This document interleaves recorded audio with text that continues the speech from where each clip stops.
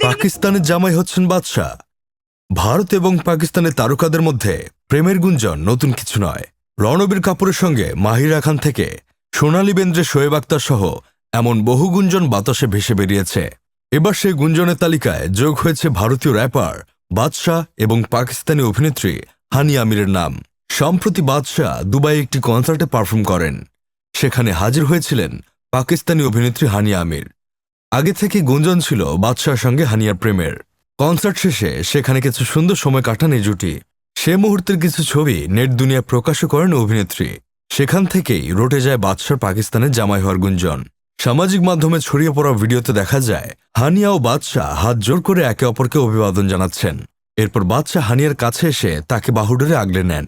মঞ্চে যাওয়ার আগে বাদশাহ সমবেত জনতার উদ্দেশ্যে বলেন, হানিয়ার জন্য একটু আওয়াজ করুন।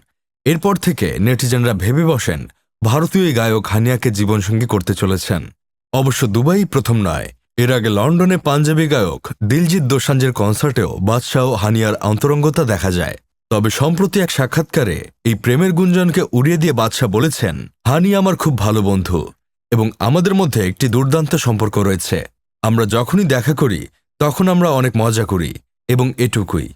সে তার জীবনে সুখী আর আমি আমার জীবনে। আমাদের সমীকরণটি দুর্দান্ত।